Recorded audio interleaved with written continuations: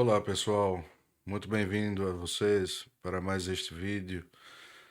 Hoje aqui estaremos a tratar sobre a psicanálise e o contexto histórico no qual está inserido o seu surgimento, que é a Idade Moderna, e o movimento decorrente, o modernismo, e também esse certo teor de um racionalismo enigmático que leva inevitavelmente a psicanálise a um tipo de subversão, ou seja, ela atesta-se como um movimento diferenciado, ou como um movimento que vai de encontro ou contra a corrente dominante do pensamento da época.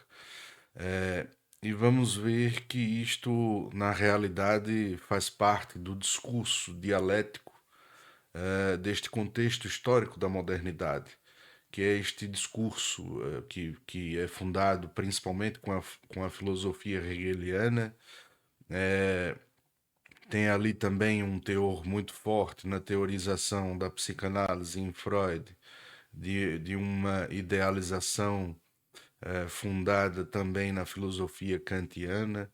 Então é todo este imbróglio e ali também vai influenciar o pensamento do Freud e depois também a psicanálise sendo tomada como uma corrente de referência para outros teóricos e outros movimentos. Então, primariamente, pessoal, a psicanálise ela surge ali já na segunda metade do século XIX, não é? Principalmente Freud desenvolvendo duas grandes obras já ao fim do século XIX, na década de 1890, com os estudos sobre a histeria e também depois o lançamento do seu livro em 1900, A Interpretação dos Sonhos. Freud foi discípulo do Breuer, não é? Que também é conhecido como ali junto a este início da fundação da psicanálise, porque foi o Breuer que iniciou o tratamento da Ana O, que depois vai se saber que se trata de uma mulher também que tornou-se famosa, não é, no círculo tanto da psicanálise quanto da pedagogia, que é a Berta Pappenheim. Esta paciente, então, seria ali o marco inicial dos estudos sobre o que seria a histeria na época. Na época acreditava-se que a histeria era uma doença do útero e por isso propriamente uma doença que afligia somente as mulheres, não é? Neste ponto, então, com o Breuer é lançado a terapia pela fala, que ele chama de método catártico, e o Freud depois vai denominar o seu próprio método, que é o método da associação livre. Este método, então, ele tentava ali, ao mesmo tempo, se posicionar da forma mais neutra possível enquanto analista, e sabemos que isso é impossível, mas ao mesmo tempo ele também buscava fazer com que a pessoa ela não tivesse nenhum tipo de amarra em termos da elaboração do seu discurso. Então, a associação livre é a pessoa desenvolver aquilo que lhe vem à mente, a pessoa falar tudo sem nenhum tipo de restrição, censura ou elaboração lógica. O próprio Freud, então, desenvolve este método e ele também vai passar ali a lançar teses a respeito do próprio aparelho psíquico, do que é o psiquismo humano. E ele vai se fundamentar prioritariamente na noção do inconsciente, dizendo que o consciente é uma fina camada apenas de formação identitária, não é? Do ego. O inconsciente é o que seria, na realidade do psiquismo, aquilo que impulsionaria primariamente o nosso psiquismo, mas também a partir dos impulsos de nossa sexualidade. Freud vai fazer ali relações no amadurecimento, né, das crianças, principalmente a partir da sua tese do complexo de Édipo, de que a sexualidade seria essa energia fundamental que inclusive vai dar impulso ao próprio psiquismo humano. Então daí já vemos, não é, pessoal, que o Freud vai buscar explicações antropológicas, explicações variadas sobre as noções que ele vai constituindo e assim, a psicanálise não deixa de ser uma bela obra. É muito bem escrita, o Freud é um grande escritor, mas como método científico de elaboração e estudo sobre o psiquismo, isto já tem que haver um outro debate para se aprofundar mais aspectos. Outro aspecto que o Freud coloca como pilar fundamental da formação desse psiquismo e do seu próprio funcionamento são os mecanismos de defesa. Ali ele elabora o conceito do superego e depois ele irá também mudar estas denominações e fazer aprofundamentos a respeito do que seriam os próprios mecanismos. Ele inicialmente utiliza o termo repressão para aquilo que está no inconsciente e depois ele vai utilizar um termo como recalque, que estaria mais próximo inicialmente do que ele realmente queria exprimir. Nós temos aí também problemas que seriam da ordem da tradução, não é? Do alemão para as outras línguas. Então, pronto, o Freud ele vai modificando o seu pensamento até o momento da sua morte, em 1939. A teoria psicanalítica, então, ela é uma teoria, digamos, que esteve em continuidade a partir dos seguidores do próprio Freud. Um dos maiores expoentes também da própria psicanálise vai ser o Jacques Lacan, um francês, um médico francês, que vai ser discípulo vai ser aluno do Canguilhem, não é? Que tem aquela grande obra sobre a normalidade e a doença mental, não é? Ele discute ali o conceito normativo a partir da psiquiatria. O Jacques Lacan, então, ele vai desenvolver uma psicanálise com a prerrogativa de um retorno a Freud, porque os seguidores, de certa forma, eles vão elaborar a partir da base freudiana teorias próprias e vão se dividir em várias psicologias analíticas, não é? Inclusive o próprio Jung, o Erich Fromm, temos aí também a Melanie Klein e vários outros que vão elaborar teorias próprias e sobre diferentes aspectos, mas tendo como base a psicanálise freudiana. Ora, nós vemos aí já de início que a psicanálise, então, quando Freud ele morre, tem lá sua semelhança com o movimento protestante. É uma semelhança que não é conceitual em termos do próprio movimento, do que consiste o movimento.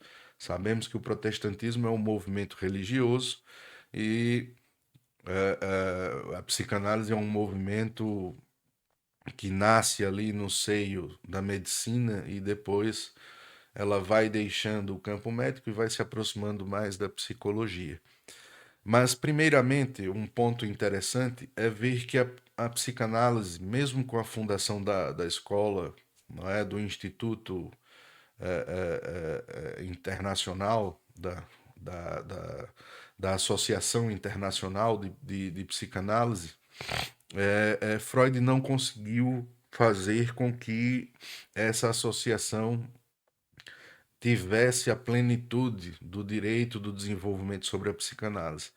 Então a psicanálise enquanto instituição ela também não consegue se fundar como um conhecimento unificado e vai se dividir em várias psicologias analíticas, tal e qual acontece com a psicologia.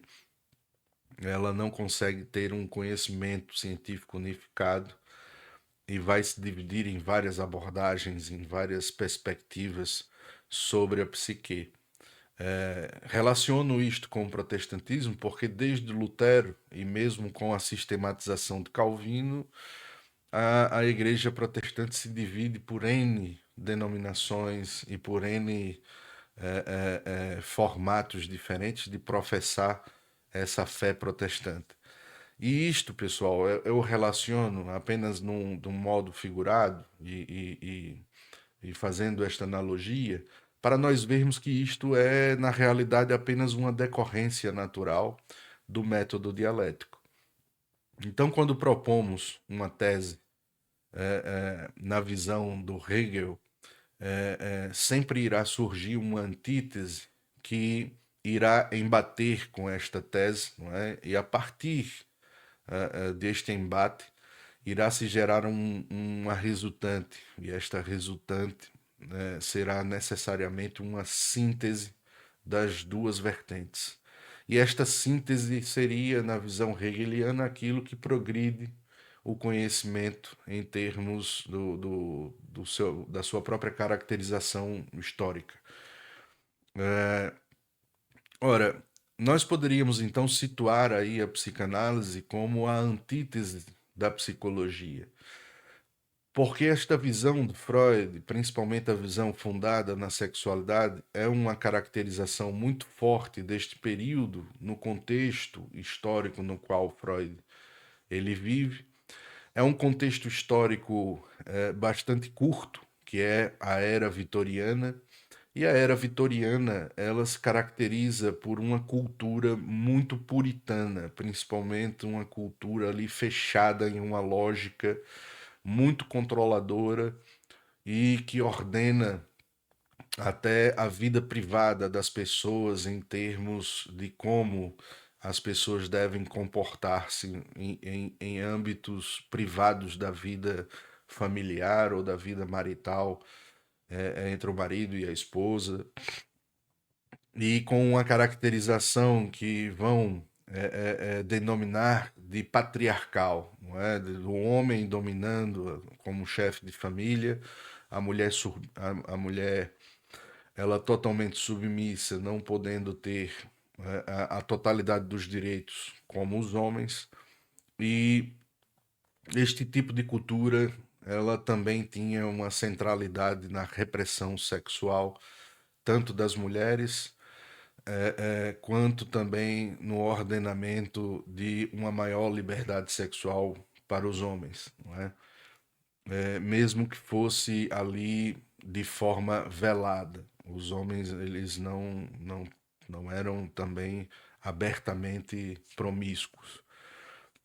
Então ali esses valores eles vão desencadear uma série de elementos que vão contribuir para esse surgimento da psicanálise do modo em que o Freud irá ver o surgimento destes fenômenos ali no seu contexto. O próprio Freud, ele claro, é também influenciado, né, condicionado ali no meio em que ele vive, mas de certa forma o Freud ele também é permeado de uma visão muito modernista. Ele é permeado tanto na sua ambição pessoal de se tornar uma pessoa conhecida, uma pessoa famosa, uma pessoa rica, não é? E bem relacionada, bem vista. O Freud também tem ali uma ambição com características muito fortemente que poderíamos denominar de revolucionárias. Ele vê o status quo de uma forma a ser modificada, a ser transformada. Então, todo aquele tradicionalismo da era vitoriana não era muito bem vista pelos pensadores mais novos daquela época. Então, o Freud, quando ele lança mão desses conteúdos sobre a sexualidade, todos irão apontar que aquilo surge na clínica. Surge a partir do discurso das pessoas que o Freud está atendendo. Ora, mas estas pessoas, elas também são, digamos, em certa parte, produtos da sua época. Estas pessoas, elas vão lançar mão de valores, de princípios que são muito característicos daquele contexto histórico. Então, quando a Berta Pappenheim está lá dizendo, no auge da sua histeria, por exemplo, que estava grávida do Breuer e que imaginava e que tinha fantasias sexuais com o pai, e com o Breuer e com tudo mais. Ora, isto na realidade tem relações muito próximas com esse contexto da era vitoriana, da repressão,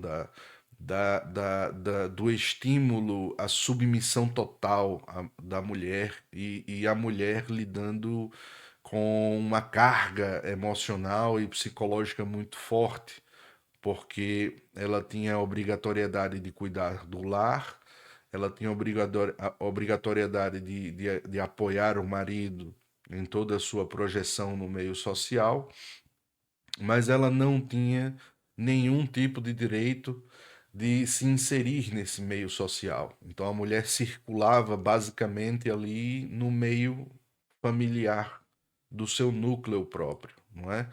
Então isto, ora, leva a mulher, de certa forma, a um âmbito digamos, de estresse emocional muito forte. E a histeria, ela é típica daquele contexto. Nós não vemos, por exemplo, nos dias de hoje, a histeria se manifestar com a mesma intensidade e da mesma forma. Claro que a histeria é transformada em uma estrutura psíquica que é típica, por exemplo, do feminino, enquanto a neurose é uma estrutura psíquica na psicanálise típica do masculino. Ora, mas isto é justamente esta elaboração que vai sendo realizada pelo Freud e passa a ter uma caracterização, digamos, uma pretensão científica, porque ele está fazendo aquilo a partir de uma clínica. Primeiro, ele quer relacionar como se fosse uma clínica médica, mas não consegue sustentar esse status. Então, ele depois torna-se basicamente independente, porque ele ali, a psicologia também era nascente nesta época, era um campo que tinha emergido mais ou menos nesse mesmo contexto. E se formos relacionar essa apropriação do espaço psicológico que a psicologia realizou, a psicanálise realiza por estas vias, que seriam vias muito mais da apropriação desse contexto cultural a partir da narrativa das pessoas que estão ali vivendo este contexto. Ora, isto, na realidade, é uma apreensão que o Freud realiza e ele vai fazer uma análise destes discursos, destes conceitos que ele vai lançando mão para buscar analisar e aprofundar melhor esses discursos, mas ao mesmo tempo ele vai criando uma narrativa própria. Ele cria um discurso próprio da psicanálise. Este discurso próprio da psicanálise é um discurso que cada vez mais o Freud ele vai se fechando dentro deste próprio movimento. Então o inconsciente ele é agora o âmbito de explicação para tudo, não é? O inconsciente ele toma um status de entidade praticamente na teoria psicanalítica. É interessante ver que o Freud, é só um ponto a assinalar, que o Freud, em um dado momento, por volta da década de 1920, quando ele vai aos Estados Unidos, eu não sei bem o ano, não lembro-me bem o ano, mas ele diz que quando ele vê a Estátua da Liberdade, ele diz: mal sabem eles a praga que estamos a levar até eles, né? Então, o que é que ele quer dizer com isto? A fala é mais ou menos esta: é que mal sabem os americanos o teor da teoria que ele está levando com a psicanálise, ele pensando que ia ser um grande abalo. Freud dizia que a descoberta do inconsciente era algo ao nível da descoberta de Copérnico, não é? Era algo ao nível de um abalo tão grande que iria deslocar a humanidade, iria deslocar as fundações da a base civilizacional que nós tínhamos, não é uma coisa tão grande, tão grandiosa, que iria mudar a forma como a humanidade iria viver depois disso. E ele volta extremamente frustrado dos Estados Unidos. Por quê? Porque a cultura americana não absorve aquele subjetivismo típico da psicanálise. O americano, inclusive, ele tem ali como base primordial da apropriação do espaço psicológico a vertente materialista e a vertente objetivista, principalmente, do behaviorismo. O behaviorismo de Watson tem muita influência nas psicologias, depois pronto, dos movimentos psicológicos que são desenvolvidos nos Estados Unidos. E outra grande força que depois irá reforçar ainda mais este movimento é do behaviorismo radical de Skinner. Então, os Estados Unidos ele não absorve esse subjetivismo típico da psicanálise, que é um subjetivismo típico do homem europeu. Ou seja, o homem europeu é que tinha esta cultura própria, que é a cultura do protestantismo aliada ao idealismo kantiano, que faz com que o homem europeu tenha essa subjetividade interiorizada de forma artificial.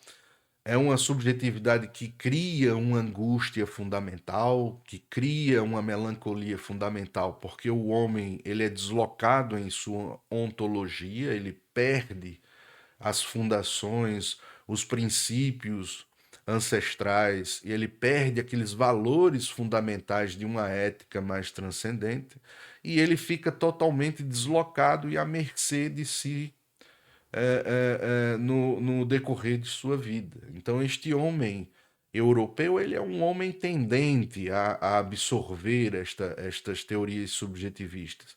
O americano não. O americano ele tem uma cultura muito mais a cultura do fazer, ou seja, o americano ele tem uma cultura materialista, objetivista e é uma cultura do faça, faça por si mesmo, faça e é uma cultura também que é muito voltada ao mesmo tempo à exploração, inovação, criatividade, mas também à sobrevivência. Todos nós já vimos aí inúmeros filmes do que é o século XIX nos Estados Unidos, não é?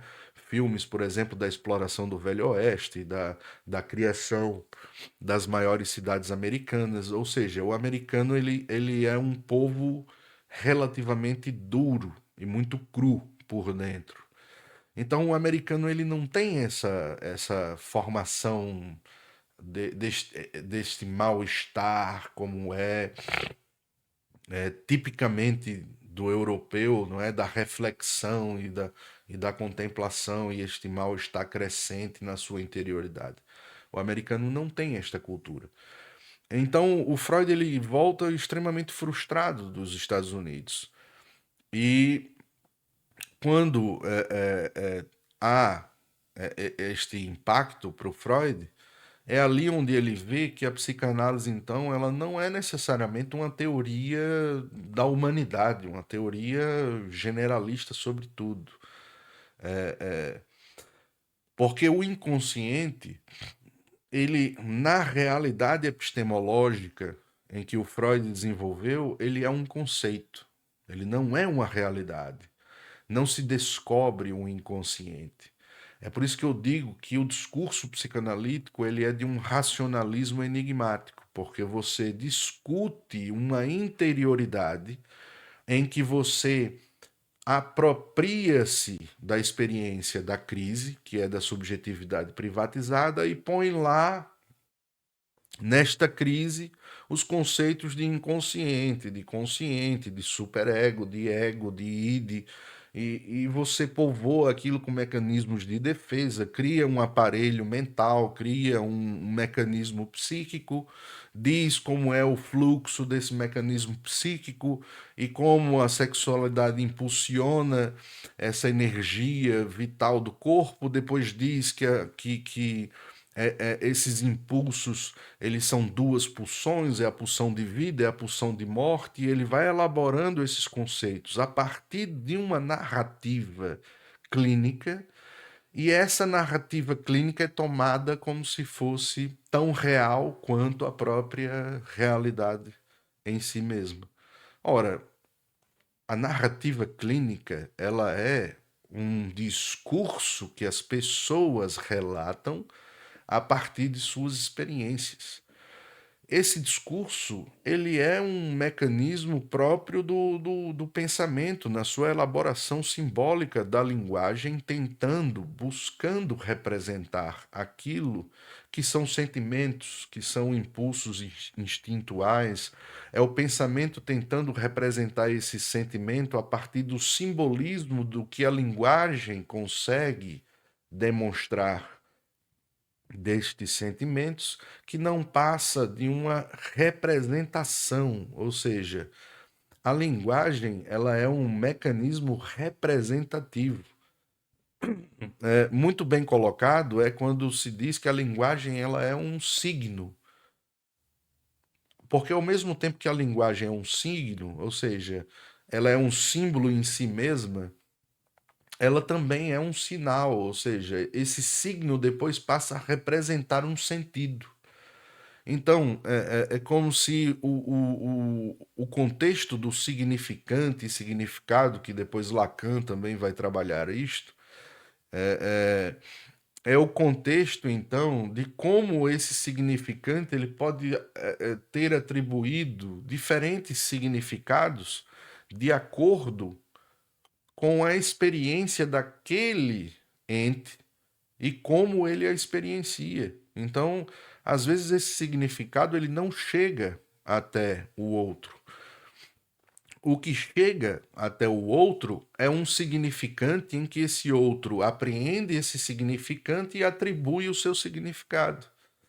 O que nós queremos dizer no Nex é do conceito de significância, ou seja, esse significante, na sua relação simbólica com os significados possíveis, ou seja, nós chamamos de sentido, porque é muito mais um movimento do que necessariamente algo estático, como um dicionário, significante significa aquilo, é um sentido atribuído de acordo com o próprio movimento da pessoa que é tão singular quanto essa própria pessoa.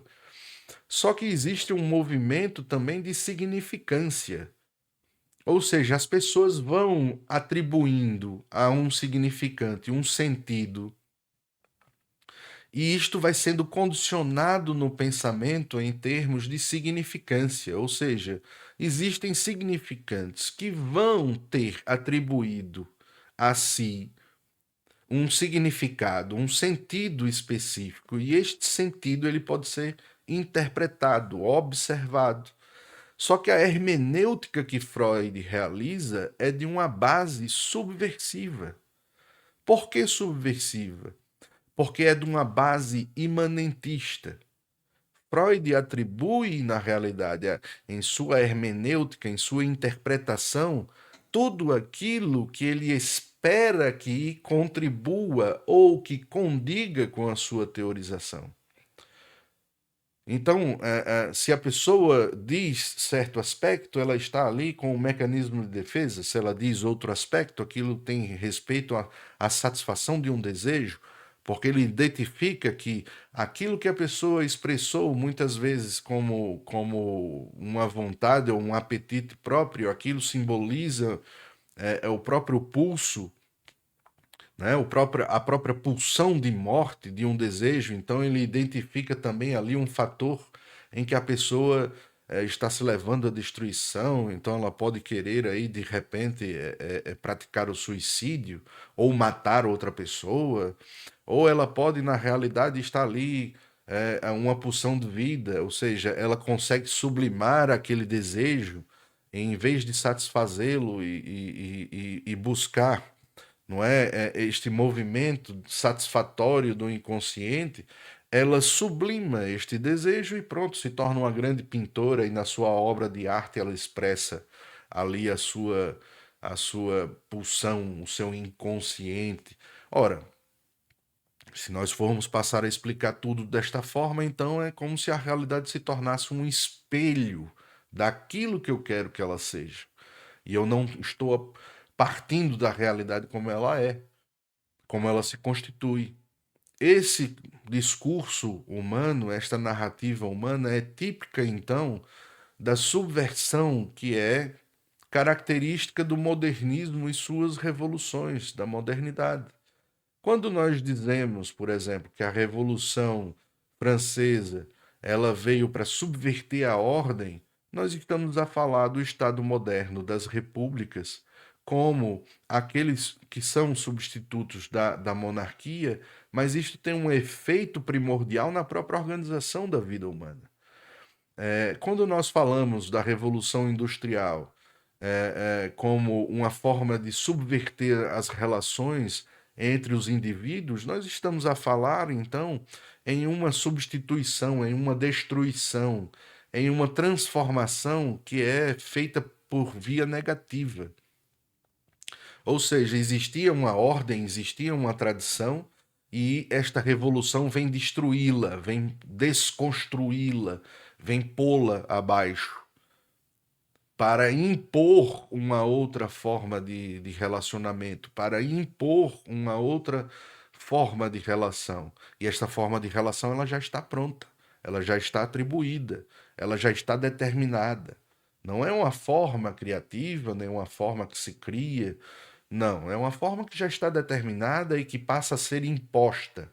E as pessoas elas vão absorvendo aquilo, as pessoas elas vão assimilando aquela forma de vida, e existem outras que não assimilam, mas no entanto elas são muito tradicionais ou são velhas e acabam por morrer, e estas transformações elas automaticamente tornam-se a normalidade, tornam-se a normatização.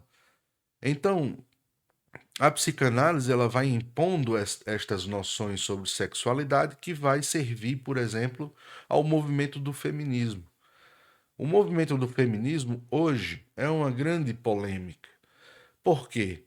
Porque o movimento do feminismo ele tem sim vários aspectos positivos de atribuir à mulher o seu direito, de atribuir às mulheres uma prerrogativa de que ela pode participar também da formação da sociedade, de que ela deve também habitar vários âmbitos da vida social e que ela pode transitar nestes meios sem necessariamente ser reprimida ou ser repreendida por isto. Ela tem que ter o direito a expressar-se também fora do âmbito familiar, ela tem que ter direitos tais e quais são direitos em termos de dignidade humana. Mas também nós podemos dizer que esse conceito de igualdade de gênero que é lançado pelo feminismo é uma utopia, é mais uma prerrogativa idealista típica das ideologias modernas. É uma ideologia revolucionária que busca destruir, desconstruir para habitar então este meio com outros valores, com outros princípios. E nós temos aí uma modificação do meio social de uma forma muito radical e que leva, por exemplo, a ameaçar instituições que são pilares fundamentais de nossa civilização. Uma dessas instituições é a família. A família, ela não é necessariamente uma forma institucional burguesa, como a ideologia moderna quer atribuir ou uma forma puramente ideológica tradicionalista no âmbito do patriarcado, porque o homem tem que ter ali a sua mulher submissa numa lógica monogâmica. Não, não é isto. A família, ela é uma lógica decorrente do nosso desenvolvimento biológico, inclusive. E isto é algo que é factual, isto não é algo dúbio, isto não é algo que pode ser discutido no âmbito da vontade das pessoas. A ideologia de gênero não vou entrar nem nesta questão, porque isto já trata-se de uma expressão máxima do movimento que foi iniciado com o feminismo. E isto está a gerar hoje problemas que são brutais para a nossa sociedade. Mas a questão deste feminismo, no âmbito da discussão da igualdade da mulher e do homem, isto gera, na realidade, um ambiente cruel, tanto para a mulher quanto para o homem. Porque não há igualdade entre a mulher e o homem. Eles são diferentes. Nós deveríamos criar leis e criar formas. Eu sou contra, por exemplo, o Estado. Ele está o tempo todo criando leis para ordenar este tipo de, de, de, de digamos, de reorganização que deveria ser da capacidade da sociedade civil, deveria ser da capacidade das próprias pessoas de se reordenarem nesse sentido, da cultura. Mas a nossa cultura hoje ela é tão materialista, uma cultura tão vazia em termos de sabedoria que nós não temos essa capacidade. Então, o homem, por ser diferente da mulher, e a mulher, por ser diferente do homem, eles deveriam então ser vistos nessa forma de diferenças, a sua forma singular tanto de existência quanto na questão da própria experiência. Então, a mulher deveria ser privilegiada em certos aspectos que não caberia, por exemplo, o homem ser privilegiado. Da mesma forma que o homem ele tem certos privilégios em certos aspectos, porque não cabe à mulher ter esses privilégios. Porque para a mulher, por exemplo, a entrada no mercado de trabalho não vamos dizer que foi algo positivo. Não é algo totalmente positivo a entrada no mercado de trabalho pós-revolução industrial para a mulher. Ela perdeu, de certa forma, muito mais ao entrar no mercado de trabalho do que um homem quando ingressa neste mercado de trabalho. Ah, mas então vamos fazer aqui com que a mulher tenha licença maternidade. Tudo bem, vamos dar licença maternidade à mulher. 6 meses, 1 ano, 2 anos, quanto tempo você quiser. Mas a questão é, esta mulher, ela para a sua vida profissional para ter um filho. E ela tem que parar. Um filho exige muito da mulher e exige muito também de um homem. Discute-se hoje até a questão deste próprio homem ter mais tempo também para ajudar a sua mulher na criação deste filho.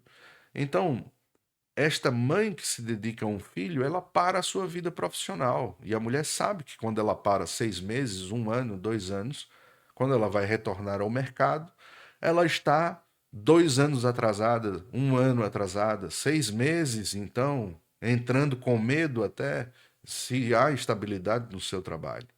Ah, tem estabilidade? Tem. Agora o governo determinou, é lei. Ela tem que passar pelo menos 5 anos na empresa depois de ter um filho. Pronto, tudo bem. Ela retorna 6 meses depois ao trabalho. Mas como é que ela irá retornar ao trabalho? Irá retornar com o mesmo status? Não, agora ela é mãe. Se o seu filho adoece, ela tem que cuidar do filho. E ela tem que perder alguns dias de trabalho. Agora a questão é o seguinte: isso não irá resolver. Não vai resolver a questão. Esta mulher, ela será então agora dividida. Ela irá estender suas horas de trabalho. Porque ela trabalha 8 horas por dia e chega em casa, vai ter que trabalhar mais 2, 3 horas para cuidar do seu bebê, para fazer a comida deste bebê. Se ela, por exemplo, quem cozinha, vai cozinhar o jantar de casa, pronto. O homem também, quando sai das suas 8 horas, vai estender as suas horas de trabalho. Então a questão é o seguinte: é que é este modelo de vida que é o problema. Não é a falta de igualdade entre homem e mulher, mas é justamente a lógica subversiva do modernismo com o qual a psicanálise trabalhou muito bem em sua antítese e a psicologia também trabalhou muito bem na sua tese. Ou seja, a psicologia ela ajuda o Estado, ela ajuda esta lógica primordial, moderna, de ordenar, de normatizar, de controlar e de adaptar as pessoas. Se essa mãe entra em sofrimento, vai para um psicólogo.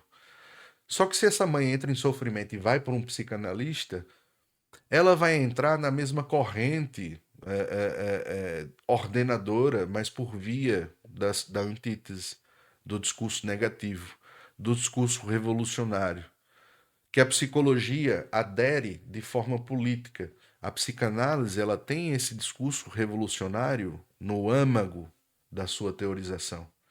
Então, é, é, se formos ver, tanto a tese como a antítese aderem a ideologias que são próprias.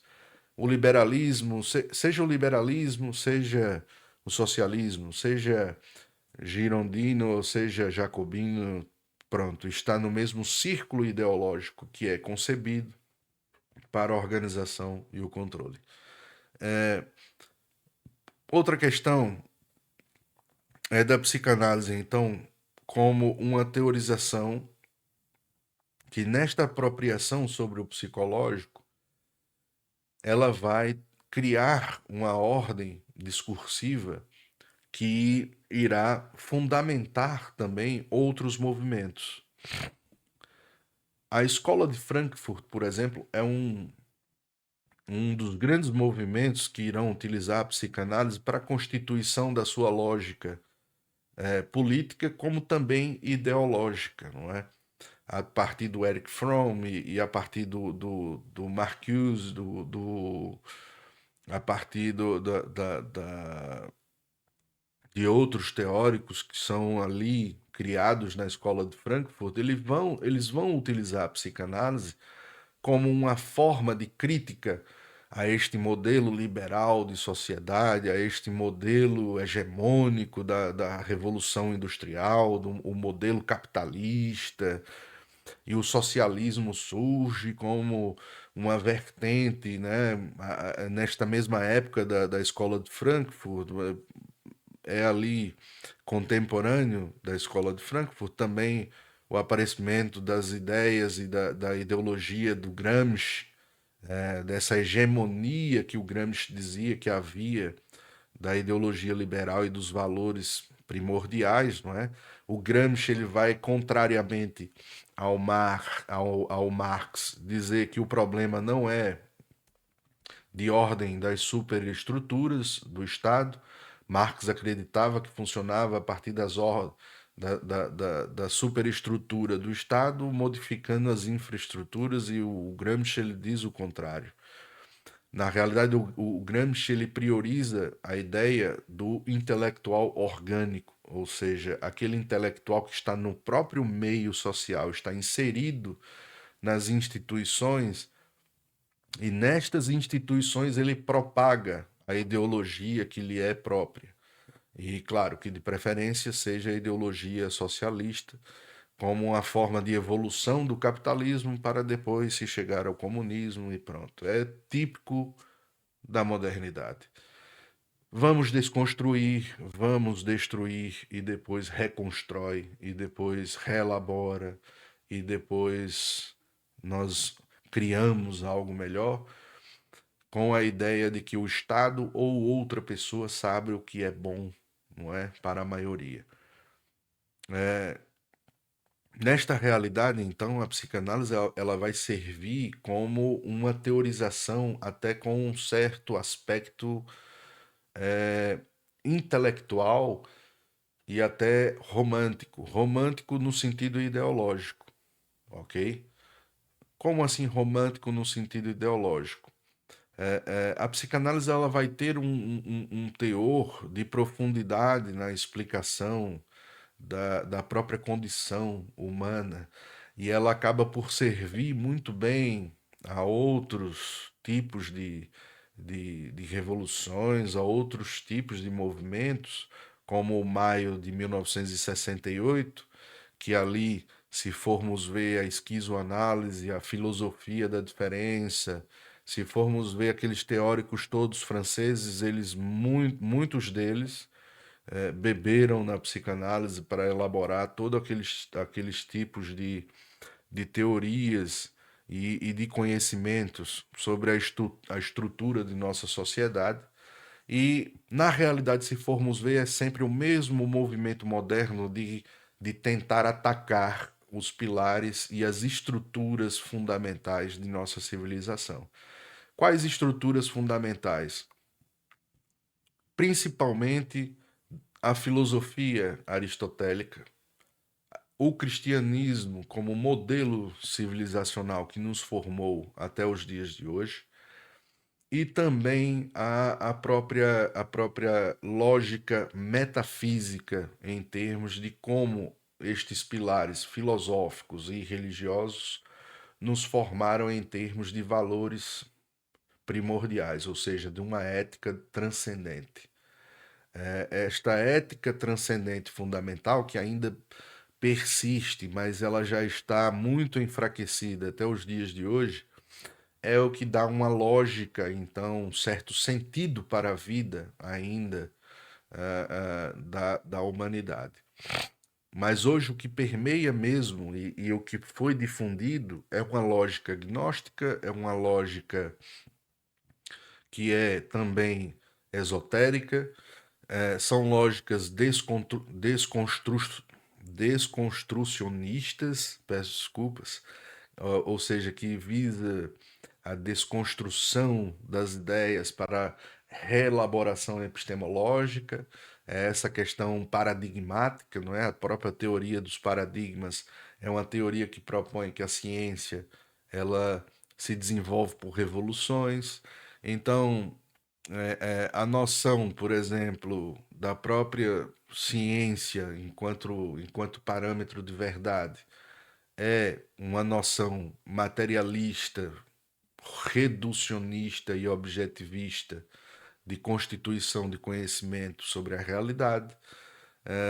E nós também temos aí a própria expressão do que seria a questão hoje deste domínio político que exerce de uma forma brutal uma engenharia social, ou seja, uma organização da forma como nós vivemos e como nós podemos viver. E a psicanálise e a psicologia contribuem muito para isso, não é? Então, era isso, pessoal. Fechando, é por isso que eu sempre refiro-me, eu achei oportuno fazer este vídeo, da psicanálise como um discurso negativo, porque a psicologia é a tese, é o discurso positivo, então a psicanálise ela é um discurso de antítese, é um discurso subversivo, mas não é negativo na ordem de qualidade, não é na ordem qualitativa, mas é na ordem representativa de que ela é subversiva, porque a psicologia é como se fosse a versão oficial. Até hoje a psicanálise não é uma profissão, a psicanálise ela é muito associada à psicologia, ela permeia as faculdades de psicologia, mas nenhum psicanalista que se afirma psicanalista quer que a psicanálise tenha uma faculdade. Nenhum dos psicanalistas, principalmente os lacanianos, quer que a psicanálise seja mais um curso universitário. Porque aí o Estado poderia interferir na lógica da psicanálise e poderia controlar o exercício de sua profissão. Eis a questão, não é? Mas são ambas frutos da mesma árvore, são ambas resultantes da mesma lógica, da mesma ideologia. E a síntese que nós poderíamos colocar como resultante da psicologia e da psicanálise, pronto, nós poderíamos aí elaborar que essa síntese ela seria da ordem típica dos nossos tempos, não é? ela seria uma espécie aí de miscelânea de várias abordagens que tem como resultante da psicanálise, da psicologia, essa síntese que é o mesmo tipo de ordenamento social. É muito difícil para as pessoas verem que o liberal e o revolucionário eles estão conjugados numa mesma lógica. É muito difícil imaginar que o tradicionalista e o revolucionário, que a pessoa que luta, por exemplo, em um movimento social LGBTQ+, eu não sei em qual letra está, mas e pessoas de outros movimentos, elas estão ali aglutinadas na mesma lógica. É difícil de ver que a resultante é esta. É esta a resultante. A síntese é a conformação do próprio modelo de vida que nós vivemos hoje. É um modelo de vida de que nós falamos contra a, a, a apropriação do capital, mas nós utilizamos iPhone, nós falamos contra o trabalho escravo, mas temos um tênis de uma determinada marca. Nós falamos, não sei, contra a exploração no trabalho, mas nós queremos ter um trabalho remoto bem pago. Pronto, são todas lógicas desta mesma normatização. Então, pessoal, eu novamente faço o pedido aqui que, se gostaram do vídeo, deixem o seu gostar, compartilhe este vídeo com mais pessoas, conheçam nossas plataformas, nós temos as comunidades também. Se quiser contribuir com os nossos trabalhos, por favor, torne-se membro, ou então contribua, porque só assim é que nós poderemos dar mais relevância à nossa iniciativa e também continuar com os nossos trabalhos, ok? Então agradeço muito a todos que assistiram a mais este vídeo e nos vemos na próxima. Até lá, pessoal. Obrigado.